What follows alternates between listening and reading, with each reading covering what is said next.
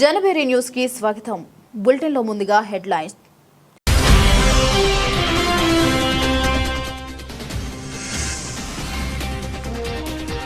జిల్లాల పునర్విభజనపై సీఎం చంద్రబాబు సమీక్ష.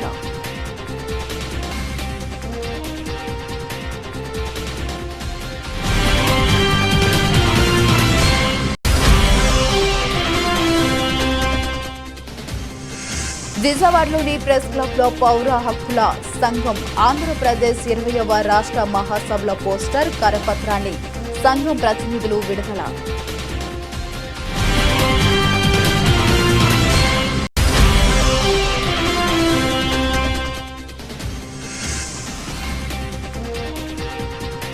రాజధాని ప్రాంతంలో జరుగుతున్న అభివృద్ధి పనులపై సిఆర్డీఏ కార్యాలయంలో 3 కమిటీ సమీక్ష.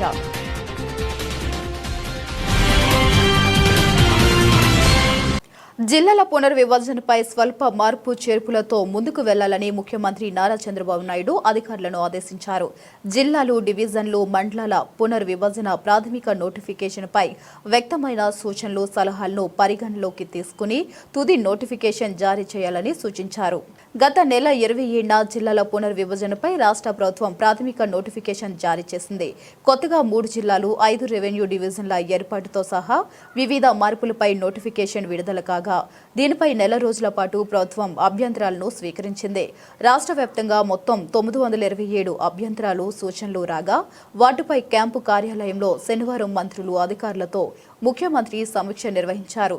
గూడూరు ప్రజల అభిప్రాయం మేరకు గూడూరు నియోజకవర్గంలోని 5 మండలాలను తిరిగి నెల్లూరు జిల్లాలోనే కలపాలని ముఖ్యమంత్రి అధికారులకు స్పష్టం చేశారు. అలాగే రైల్వే కోడూరును తిరుపతి జిల్లాలో, రాయచోటిని మదనపల్లి జిల్లాలో, రాజంపేట, సిద్ధవటం, వంటిమిట్టను కడప జిల్లాల్లో విలీనం చేయాలన్న అంశంపైన చర్చ జరిగింది. 18 ఏళ్ల ఆయిషా మీరా హత్య కేసులో ఇప్పటికీ న్యాయం జరగలేదని ఆవేదన వ్యక్తం చేస్తూ ఆయిషా మీరా తల్లిదండ్రులు సంషా బేగం, బాషా మంగళగిరిలో మహిళా కమిషన్ చైర్మన్ను కలిసి వినతి పత్రం సమర్పించారు. 2007 డిసెంబర్ 27న 19 సంవత్సరాల బీఫార్మసీ విద్యార్థిని ఆయిషా మీరా అత్యంత దారుణంగా హత్యకు గురైన సంగతి తెలిసిందే. ఈ ఘటన జరిగి నేటికి 18 సంవత్సరాలు పూర్తయినా ఇప్పటి వరకు అసలు నేరస్తులను శిక్ష పడకపోవడం బాధాకరమని వారు తెలిపారు. సిబిఐ నివేదిక ప్రకారం కీలక సాక్ష్యాలను ధ్వంసం చేసి తప్పుడు దర్యాప్తు ద్వారా అమాయకుడైన పిడతల సత్యంబాబును కేసులో ఇరికించారని పేర్కొన్నారు. 9 సంవత్సరాలు జైలు శిక్ష అనుభవించిన అనంతరం సత్యంబాబు నిర్దోషిగా విడుదలై సత్యమేవ జయతే అని లోకానికి చాటి చెప్పారని గుర్తు చేశారు. అయితే అమాయకుడు విడుదల కావడం సరిపోదని అసలు నేరస్తులకి కఠిన శిక్ష పడాలని మహిళా సంఘాలు, హక్కుల సంఘాలు, విద్యార్థి సంఘాలు, ఆయిషా మీరా తల్లిదండ్రులు డిమాండ్ చేశారు. ఈ న్యాయ పోరాటం ఫలితంగా 2018లో ఉమ్మడి హైకోర్టు ఆదేశాల మేరకు సిబిఐ దర్యాప్తు ప్రారంభమైందన్నారు. అలిపెరగకుండా పోరాటమే చేశామండి. ఈనాడు మా పాప మాకు లేకపోవటం 18 సంవత్సరాల నుండి 19 సంవత్సరాలు అవుతుందండి. ఇప్పటికి కూడా మేము కోర్టుల చుట్టూ ప్రతిరోజు ఈ మంత్లో అయితే దాదాపు 5-6 సార్లు కోర్టుకు తిరగటం జరిగిందండి. పాప పార్ట్స్ అన్ని ఇస్తారు, న్యాయం ఎట్టాగో చేయరు.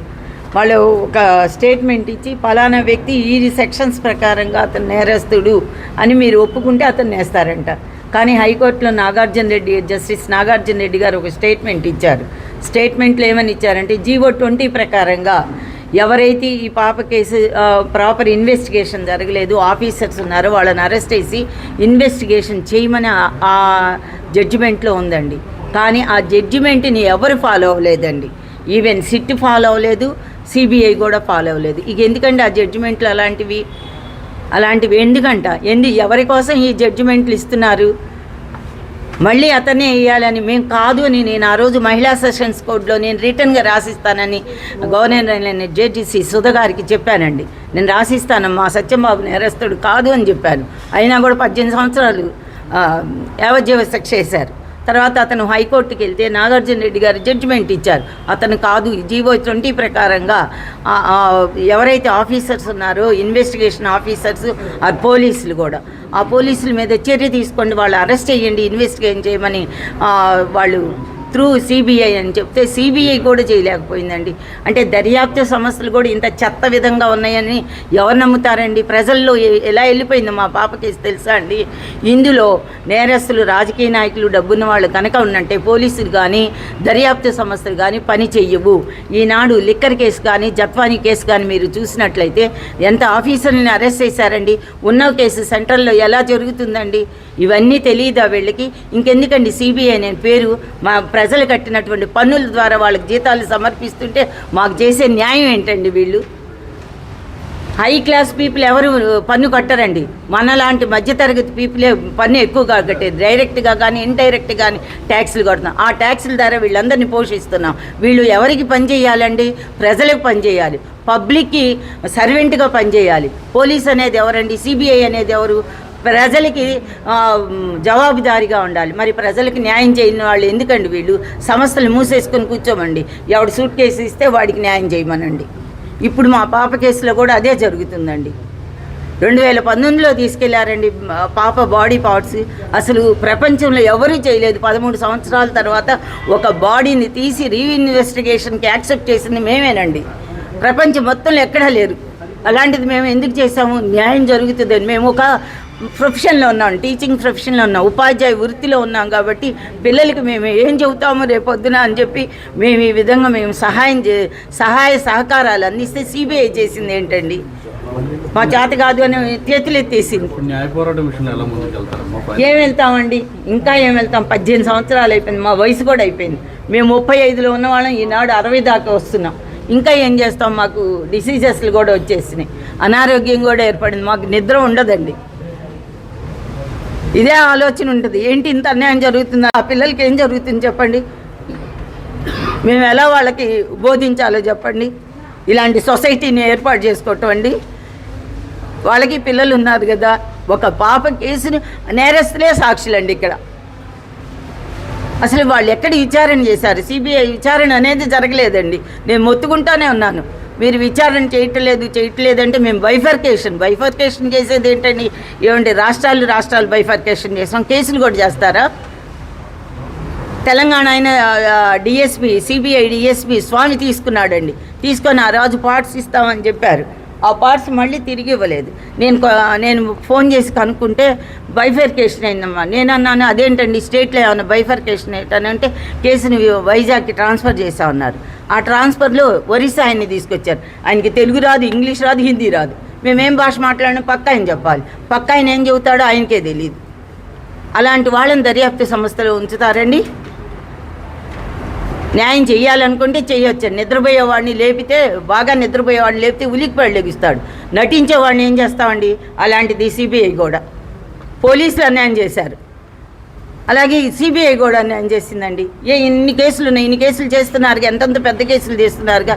ఈ కేసులు ఎందుకు చేయట్లేదు? ఒక్కసారి మీరు అందరూ ఆలోచించండి, మీకే అర్థమవుతుంది. గత వైసీపీ ప్రభుత్వంలో నిర్లక్ష్యానికి గురైన పార్కులకు పునర్జీవం కల్పించామని సెంట్రల్ ఎమ్మెల్యే బోండా ఉమామహేశ్వరరావు అన్నారు. ఎల్బీఎస్ నగర్లో ప్రారంభించిన ఆధునిక పార్కును పరిశుభ్రంగా ఉంచుకోవాల్సిన బాధ్యత కూడా స్థానికులదేనని ఆయన తెలిపారు. పార్కుల చుట్టూరు ఫెన్సింగ్ ను ఏర్పాటు చేసి నిరంతరం సీసీ కెమెరాల ద్వారా పర్యవేక్షిస్తూ అల్లరి ముఖాలను నియంత్రిస్తామని పేర్కొన్నారు. సెంట్రల్ నియోజకవర్గంలోని 62వ డివిజన్ ఎల్బీఎస్ నగర్ వికలాంగుల హాస్టల్ వద్ద విజయవాడ నగరపాలక సంస్థ 43 లక్షల రూపాయల వ్యయంతో నూతనంగా ఉద్యానవనం పార్కును ఘనంగా ప్రభుత్వ విప్ సెంట్రల్ నియోజకవర్గ శాసనసభ్యులు బొండా ఉమామహేశ్వరరావు చేతుల మీదుగా ప్రారంభించుకోవడం జరిగింది.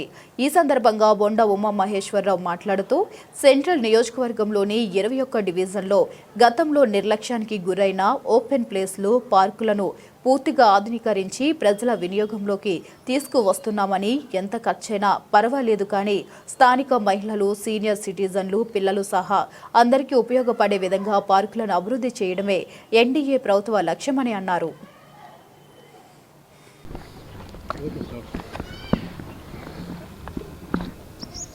సెంట్రల్ నియోజకవర్గంలోని 21 డివిజన్లలో ఓపెన్ ప్లేసెస్లో గతంలో పార్కులు నిర్లక్ష్యానికి గురికాయబడి ఆ పార్కులన్నిటిని కూడా ఆధునీకరించి ఎంత ఖర్చు అయినా సరే ఆ స్థానికులకి, అక్కడ ఉన్నటువంటి మహిళా సోదరీమణులకి, సీనియర్ సిటిజన్స్కి, పిల్లలకి అందరికీ ఉపయోగపడేటట్టుగా ఆధునీకరిస్తూ ఉన్నాం.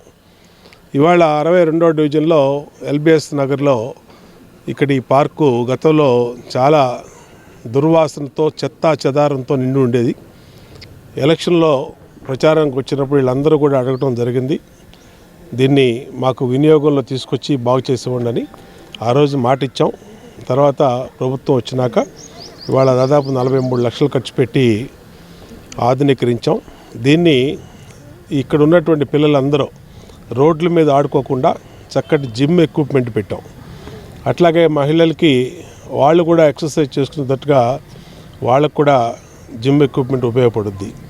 అట్లాగే పిల్లలకి ప్లే ఏరియా కానీ, పెద్దవాళ్ళు సీనియర్ సిటిజన్స్ వాళ్ళు కూడా వాక్ చేయడానికి ఇక్కడ కొంచెం శాండ్తో ట్రాక్లు వేసాం. అంటే ఆహ్లాదకరంగా ఉన్నటువంటి స్థలాన్ని వినియోగంలోకి తీసుకొచ్చాం. దీనివల్ల చుట్టుపక్కల వాళ్ళందరూ కూడా దీన్ని సద్వినియోగం చేసుకునే దానికి అవకాశం ఉంది. వీటికి కమిటీలు కూడా వేస్తాం. ఏదో పార్కు కట్టాం వదిలేసాం అనేది కాకుండా దీన్ని కంటిన్యూ మెయింటెనెన్స్ చేయడానికి స్థానికులతో కలిపి కమిటీలు వేసి వాచ్మెన్ని, ఫుల్ టైం వాచ్మెన్ని స్థానికుడినే పెట్టి ఎక్కడా కూడా ఈ పార్కు దెబ్బతినకుండా, నాశనం అవ్వకుండా అన్ని రకాలుగా చర్యలు తీసుకుంటాం. చుట్టూతో ఫెన్సింగ్ అడిగారు, ఫెన్సింగ్ కూడా ఏర్పాటు చేస్తాం. ఎంత ఖర్చైనా పర్వాలేదు మాకు, కానీ ప్రజలకి సౌకర్యంగా ఉండాలి. ముఖ్యంగా స్థానికులకి. ఇది కోడల్లో ఉన్నటువంటి ఎల్బిఎస్ నగర్ లోపల ఉన్నటువంటి పార్క్. ఇది పిల్లలందరూ కూడా చక్కటి ఆటలాడుకోవడానికి ఉపయోగపడుద్ది. కాబట్టి ఆహ్లాదకరమైన వాతావరణంలో దీన్ని సద్వినియోగం చేసుకోమని, ఈ పార్కు మీది, మీరు దీన్ని పరిశుభ్రంగా ఉంచుకోవాల్సిన బాధ్యత కూడా స్థానికులదే. ఆ కమిటీలో రేపొద్దున మీటింగ్ పెట్టి, ఇదే పార్కులో మీటింగ్ పెట్టి, ఆ మీటింగ్లో ప్రజలందరూ కూడా ఎడ్యుకేట్ చేస్తాం. చెత్త వేయకూడదు, చెత్త వేస్తే సీసీ కెమెరాలు కూడా ఉంటాయి, మీకు ఫైన్ కూడా పడుద్ది. కాబట్టి అనవసరమైనటువంటి మీకు తడి చెత్త, పొడి చెత్త సేకరించడానికి మనుషుల్ని పెట్టాం, బకెట్లు ఇచ్చాం. వాళ్ళు రోజు వచ్చి మీ ఇంటి ముందే సేకరిస్తూ ఉన్నారు. మళ్ళీ మీరు పొట్లాలు కట్టో, కవర్లో పెట్టో పార్కులో ఇసిరేస్తే అది కరెక్ట్ కాదు. కాబట్టి అలాంటి పనులు చేయొద్దని కూడా కోరుతా ఉన్నాం. చేసిన వాళ్ళ గురించి చెప్పని కూడా కోరుతా ఉన్నాం. సీసీటీవీ మానిటరింగ్ కూడా ఉంటుంది. ప్రజల ఆరోగ్యం పరిరక్షించడం, ప్రజల ఆనందం, ఆహ్లాదకరంగా ఉండటమే లక్ష్యంగా ముందుకెళ్తాం. అందరికీ నమస్కారం. మరి ఈరోజు మా సెంట్రల్ శాసనసభ్యులు పెవిత్తు ఇప్పు బోండా ఉమేశ్వరరావు గారు, మా బడుగు బలగాల వర్గాల ఆశాజ్యోతి, మరి ఏదైతే గత ఎలక్షన్లో ఎల్పిఎస్ఆర్ 62వ డివిజన్లో ఈ పార్కు చాలా ఘోరంగా ఉండేది. ఇక్కడ చుట్టుపక్కల నివాసం అంటాకు కూడా చాలా ఇబ్బంది పడేవారు మహిళలందరూ. మరి ఎలక్షన్లో ఏదైతే ఎమ్మెల్యే గారు హామీ ఇచ్చారో మాట తప్పకుండా మరి ఈరోజు ఇక్కడ స్థానిక ప్రజలకి ఏదైతే సౌకర్యాలు అడిగారో అవన్నీ చేసి పెట్టు, వాకింగ్ ట్రాక్ కానీ, ఓపెన్ జిమ్ కానీ, పిల్లలు ఆడుకోవటానికి ఆ ఆట వస్తువులు కానీ ఇవన్నీ ఏర్పాటు చేసి 43 లక్షలు ఏఎంతో ఏర్పాటు చేసి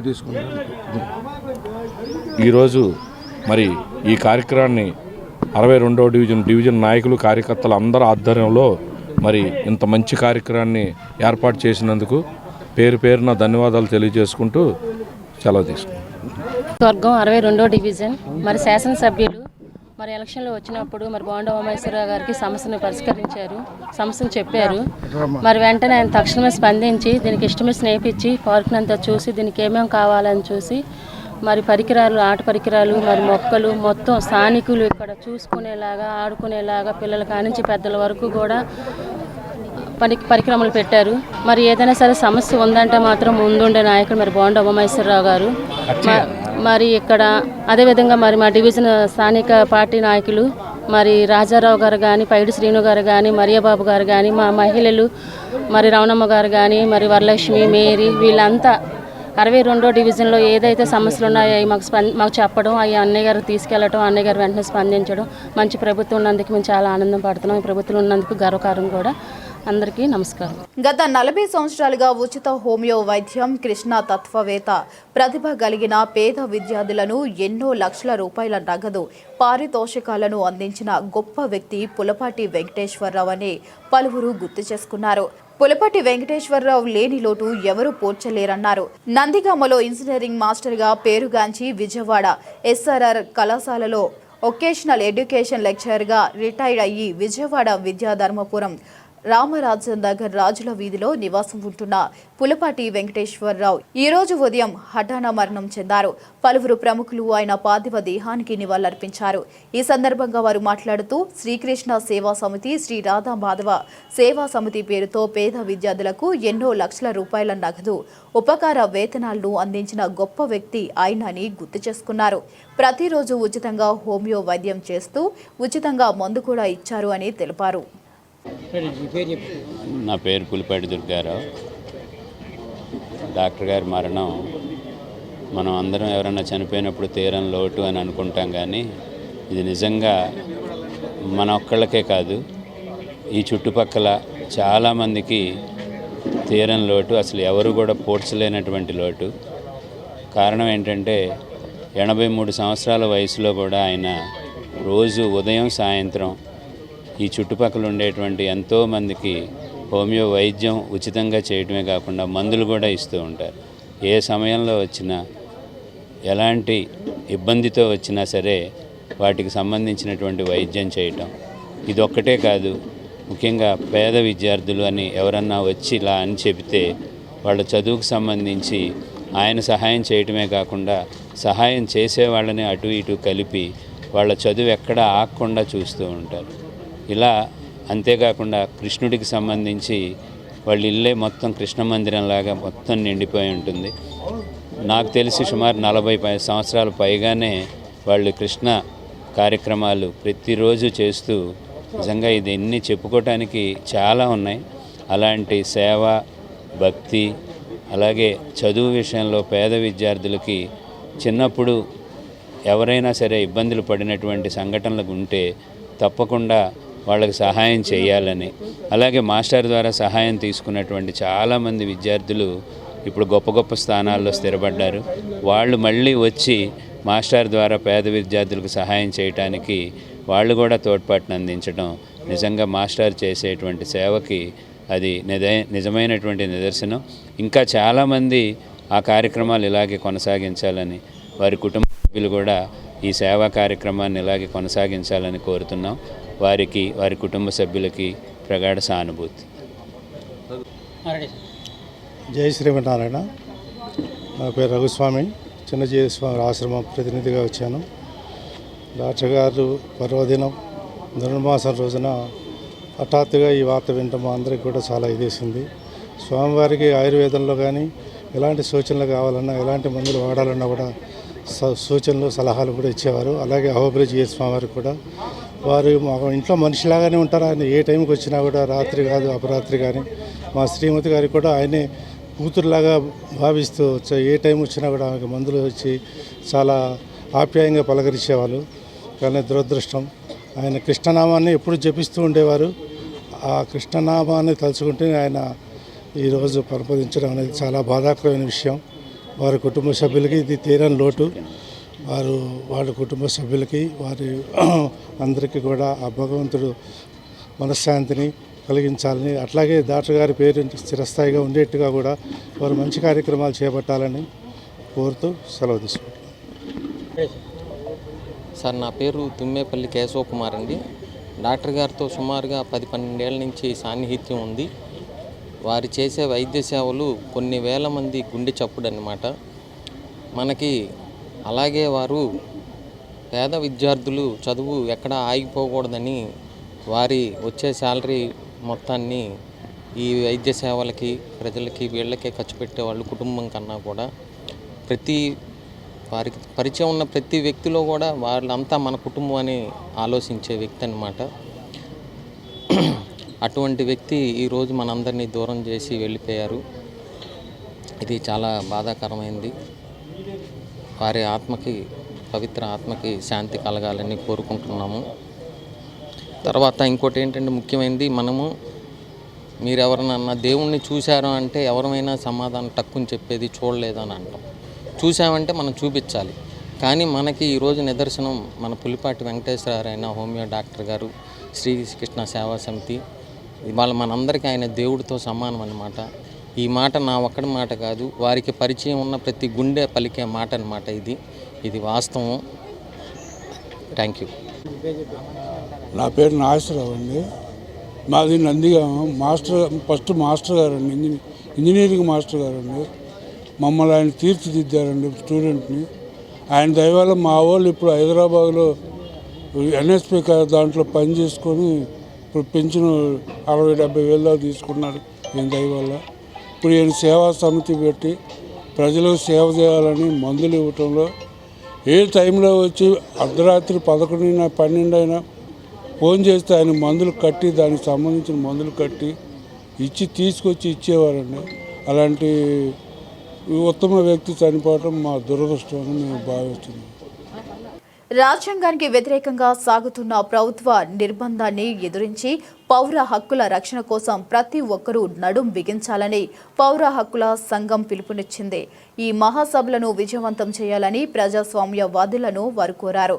శనివారం విజయవాడలోని ప్రెస్ క్లబ్లో పౌర హక్కుల సంఘం ఆంధ్రప్రదేశ్ 20వ రాష్ట్ర మహాసభల పోస్టర్ కరపత్రాన్ని సంఘం ప్రతినిధులు విడుదల చేశారు. ఈ సందర్భంగా సంఘం రాష్ట్ర కోశాధికారి పి రాజారావు, రాష్ట్ర సహాయ కార్యదర్శి టి ఆంజనేయులు మాట్లాడుతూ వచ్చే నెల జనవరి 10-11 తేదీల్లో తిరుపతి నగరంలో ఈ 20వ రాష్ట్ర మహాసభలను అత్యంత ప్రతిష్టాత్మకంగా నిర్వహించనున్నట్లు తెలిపారు. రాజ్యాంగ నిర్బంధం అనే ప్రధాన అంశంపై ఈ సభలు జరుగుతాయని, పౌర హక్కుల పరిరక్షణే లక్ష్యంగా ఈ మహాసభలు సాగుతాయని వారు పేర్కొన్నారు. నా పేరు టి ఆంజనేయులు, పౌర హక్కుల సంఘం రాష్ట్ర సహాయ కార్యదర్శి. పౌర హక్కుల సంఘం 20వ రాష్ట్ర మహాసభలను జనవరి 10-11 తేదీల్లో తిరుపతిలో నిర్వహిస్తున్నాం. పౌర హక్కుల సంఘం గత 50 ఏళ్ల పైగా ఈ రాష్ట్రంలో, అలాగే ఉమ్మడి రాష్ట్రం తెలంగాణ, మన ఆంధ్ర ఉమ్మడి 2 రాష్ట్రాల్లోని 50 ఏళ్లకు పైగా పనిచేస్తూ ముఖ్యంగా రాజ్యహింసకు వ్యతిరేకంగా చట్టబద్ధ పాలన కోసం, రాజ్యాంగ హక్కుల పరిరక్షణ కోసం నిరంతరం పనిచేస్తూ ఉంది. ఈ క్రమంలో పోలీసులు దాదాపు మా 6 పౌర హక్కుల సంఘం బాధ్యులను కాల్చి చంపారు. అనేక వందల మంది కార్యకర్తల మీద తప్పుడు కేసులు బనాయించారు. అయినప్పటికీ కూడా ఈ రాష్ట్రంలో, ఈ ఉభయ 2 రాష్ట్రాల్లోని ప్రజల జీవించే హక్కు కోసం, చట్టబద్ధ పాలన కోసం నిరంతరం పనిచేస్తూ ఉంది. భవిష్యత్తులో కూడా ప్రజల కోసం ఇదే రకంగా పనిచేస్తూ ఉంటుందని చెప్తూ మా మహాసభలను, తిరుపతిలో జరిగే మహాసభలను జయప్రదం చేయవలసిందిగా ప్రజలకి విజ్ఞప్తి చేస్తుంది. అందరికీ నమస్కారం అండి. నా పేరు ఏకే భాష, విజయవాడ న్యాయవాదుల సంఘానికి అధ్యక్షుడిని. ఈరోజు ఇక్కడ ప్రెస్ క్లబ్లో సమావేశం అవటానికి ముఖ్య ఉద్దేశం ఏంటంటే, పౌర హక్కుల సంఘం పెట్టి మన ఉమ్మడి రాష్ట్రంలో కానీ మన రాష్ట్రంలో కానీ 50 ఏళ్ల పైన అయ్యింది. వాళ్ళు రేపు జనవరి 10-11 తారీఖుల్లో తిరుపతిలో రాష్ట్ర మహాసభ పెట్టారు. దానికి ప్రజలందరూ హాజరయ్యి పౌర హక్కుల మహాసభని విజయవంతం చేయమని చెప్పి ప్రార్థించడం కోసం, ప్రజల్లో పౌర హక్కులు వాళ్ళ డ్యూటీస్ వాళ్ళు ఇంకోసారి ప్రజలకు ఎలా సేవ చేస్తున్నారని చెప్పడం కోసం కూడా ఇవాళ పత్రికా ముఖంగా మీటింగ్ పెట్టారు. మనకేదైనా రాజ్యాంగ వ్యతిరేక సమస్యలు వచ్చినా, మన నుండి ఏమైనా సమస్యలు వచ్చినా అన్నదమ్ములు కూడా తోడురాడు. అలాంటి సమయంలో పౌర హక్కులు వచ్చి మన హక్కులను కాపాడటం కోసం, చట్టంలో ప్రజలకు కల్పించిన హక్కులు కాపాడటం కోసం పౌర హక్కులు వచ్చి ఎటువంటి లాభ ఉపేక్ష లేకుండా పనిచేస్తున్నారు. అలాంటి పౌర హక్కుల సంఘం యొక్క రాష్ట్ర మహాసభలో రేపు 10-11లో తిరుపతిలో పెట్టారు. ప్రజలందరూ దానికి హాజరయ్యి దాన్ని సక్సెస్ చేయాలని చెప్పి పత్రికా ముఖం కోరుతున్నామండి. థ్యాంక్ యూ అండి. Thank you. లెక్క జమ లేకుండా ఏడాదిన్నరలోనే 2.80 లక్షల కోట్లు అప్పు చేసి ఏపీని సీఎం చంద్రబాబు దివాలా అంచున నిలబెట్టాడని వైసీపీ అధికార ప్రతినిధి పుత్త శివశంకర్ ఆగ్రహం వ్యక్తం చేశారు. కూటమి అధికారంలోకి వచ్చాక ఏ ఒక్క సంక్షేమ పథకం అమలు చేయలేకపోయినా, రాష్ట్రంలో అభివృద్ధి ఆనవాళ్లు కూడా కనిపించకపోయినా అప్పులు మాత్రం 2.80 లక్షల కోట్లు చేరుకున్నాయని వివరించారు. కూటమి ప్రభుత్వం చేస్తున్న అప్పులకు లెక్కలుంటే చూపించాలని డిమాండ్ చేశారు. మార్క్ఫెడ్ నుంచి 18,000 కోట్ల అప్పులు తెచ్చి కూడా మామిడి రైతులకు మద్దతు ధర కింద చెల్లించాల్సిన 260 కోట్లు కూడా ఇవ్వలేదని వివరించారు. చంద్రబాబు అప్పుల ద్వారా తెస్తున్న డబ్బంతా ఆయన బినామీల జేబుల్లోకి చేరుతుందని, అప్పులు తెచ్చిన డబ్బుతో చంద్రబాబు, పవన్ కళ్యాణ్, లోకేష్లు ప్రత్యేక విమానాల్లో తిరుగుతూ జలసాలు చేస్తున్నారని ఆగ్రహం వ్యక్తం చేశారు. కూటమి ప్రభుత్వం అధికారంలోకి వచ్చాక ఈ 18 నెలల్లో మన రాష్ట్ర అప్పు ఒక ఫిగర్ దాదాపు 2,80,000 కోట్ల రూపాయలు. చాలా ఆశ్చర్యకరంగా ఉంది కదా. ఎస్, అక్షరాల దాదాపు 2,80,000 కోట్ల రూపాయలు ఈ యొక్క రాష్ట్ర ప్రభుత్వము అప్పులు చేసింది. మంగళవారం వచ్చిందంటే రిజర్వ్ బ్యాంకు చుట్టూ తిరగాల్సిందే. మంగళవారం వచ్చిందంటే ఈ రాష్ట్ర ప్రభుత్వం అప్పులు వెళ్లాల్సిందే. నెల జీతాలు ఇవ్వాలంటే అప్పులకు వెళ్లాల్సిందే. సరే, ఈ 2,80,000 కోట్ల రూపాయలు అప్పు తెచ్చారు కదా, వాటి తాలూకా వివరాలు ఎవరికైనా తెలుసా? ఎవ్వరికి తెలియదు. ఎందుకంటే వాళ్ళు చెప్పినట్లు మేనిఫెస్టోలో పెట్టినట్టు కానీ ఆ హామీలు కానీ ఒక్కటి కూడా నెరవేరలేదు. సంక్షేమ పథకాలకు ఖర్చు చేయలేదు. మరి ఏమైనట్టు 2,80,000 కోట్ల రూపాయలు? వివరాలు ఒక్కసారి చూద్దాం. ఎందుకంటే జనాలకి ఈ వివరాలు తెలియాలి కాబట్టి. ఈ రాష్ట్ర ప్రభుత్వము ఈ మంగళవారం ఇచ్చినటువంటి తెచ్చే అప్పు 4,000 కోట్లతో కలుపుకొని 2,80,000 కోట్ల రూపాయలు అవుతుంది. బడ్జెట్ సంబంధించినటువంటి అప్పులు 1,58,880 కోట్ల రూపాయలు. వివిధ కార్పొరేషన్లకు ప్రభుత్వము గ్యారంటీ ఇస్తూ తెచ్చుకున్నటువంటి సొమ్ము అప్పు 71,295 కోట్ల రూపాయలు. సెల్ఫ్ ఫైనాన్సింగ్ ప్రాజెక్ట్ అని, అమరావతికి ఒక్క రూపాయి కూడా అవసరం లేదని పదే పదే చెప్పినటువంటి ఈ మేధావులు, సంపద సృష్టిస్తా అని చెప్పిన మహామేధావి సంపదను తిరోగమనంలో పెట్టి అప్పుల్లో ప్రపంచంలో ఎవరు కూడా పరిగెత్తలేనంత స్పీడ్లో అప్పులు పరిగెత్తా ఉన్నాయి. 47,387 కోట్ల రూపాయలు రాజధాని కోసం ఇప్పటి వరకు అప్పు. మొత్తంగా 2,80,000 కోట్లు. ఇందులో ఏమైనా చేశారా అంటే నెల నెల జీతాలు అప్పుల మీద ఆధారపడాలి. 1వ తారీఖున జీతాలు ఇచ్చే పరిస్థితి లేదు ఉద్యోగులకి. అన్నదాత సుఖీభవ ఇచ్చే పరిస్థితి లేదు. తల్లికి వందనం మొదటిసారి ఎగరగొట్టి 2వ ఏడు కొంతమందికే ఇచ్చారు. నిరుద్యోగ భృతి 3,000 రూపాయలు ఇస్తా అని చెప్పి నిరుద్యోగులకు మాటలు చెప్పి అది చేయలేదు. మహిళలకు 1,800 రూపాయలు ఇస్తా నెలకని చెప్పి దానికి సంబంధించింది కూడా లేదు. ఏమైనట్టిదంతా కూడాను లెక్కలున్నాయా? లెక్కలు లేవు. సంక్షేమ పథకాలు ఖర్చు పెట్టారా? లేదు. బినామీ సంస్థలకు వెళ్తున్నాయా? మీ జోబుల్లో చాటుమాటుకు వెళ్తున్నాయా? మరి ఎక్కడికి పోతున్నాయి? ఇదే వ్యక్తులు ఎలక్షన్ల ముందు ఎల్లో పత్రికలు కావచ్చు, ఈ కూటమి నాయకులు కావచ్చు, 3 కమిటీ నిర్ణయం ప్రకారం తిరిగి లంక భూముల విషయంలో 356 గాను 79 మంది మాత్రమే రిజిస్ట్రేషన్ చేయించుకున్నారని కేంద్ర మంత్రి పెంబసాని చంద్రశేఖర్ చెప్పారు.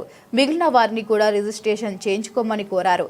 రాజధాని ప్రాంతంలో జరుగుతున్న అభివృద్ధి పనులపై సిఆర్జీఏ కార్యాలయంలో 3 కమిటీ సమీక్ష నిర్వహించింది. అనంతరం కేంద్ర మంత్రి పెంబసాని చంద్రశేఖర్ మీడియాతో మాట్లాడుతూ జరీబు భూ సమస్యలపై సర్వే పూర్తయిందన్నారు. జరీబు భూములపై జెన్యూన్ గా ఎవరికి ఇవ్వాలి అనే దానిపై కమిటీ రిపోర్ట్ తర్వాత నిర్ణయం తీసుకోవడం జరుగుతుందని చెప్పారు. 10 సెంట్లు కంటే తక్కువ ఫ్లాట్లు ఉన్న వాళ్ళు 415 మంది ఉన్నారని, వారి సమస్యలు కూడా పరిష్కరిస్తున్నామన్నారు.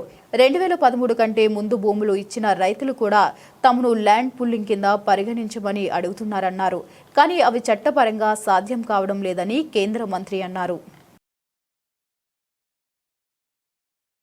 బులెటిన్ ముగించే ముందు మరొకసారి హెడ్లైన్స్.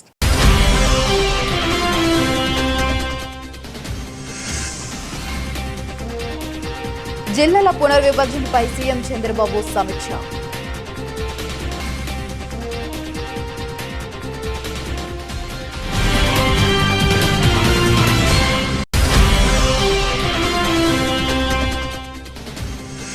విజయవాడలోని ప్రెస్ క్లబ్లో పౌర హక్కుల సంఘం ఆంధ్రప్రదేశ్ 20వ రాష్ట్ర మహాసభల పోస్టర్ కరపత్రాన్ని సంఘం ప్రతినిధులు విడుదల.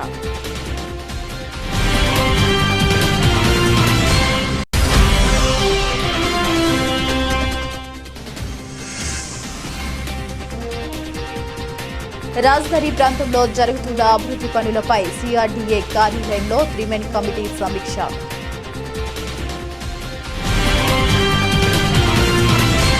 For more updates, keep watching.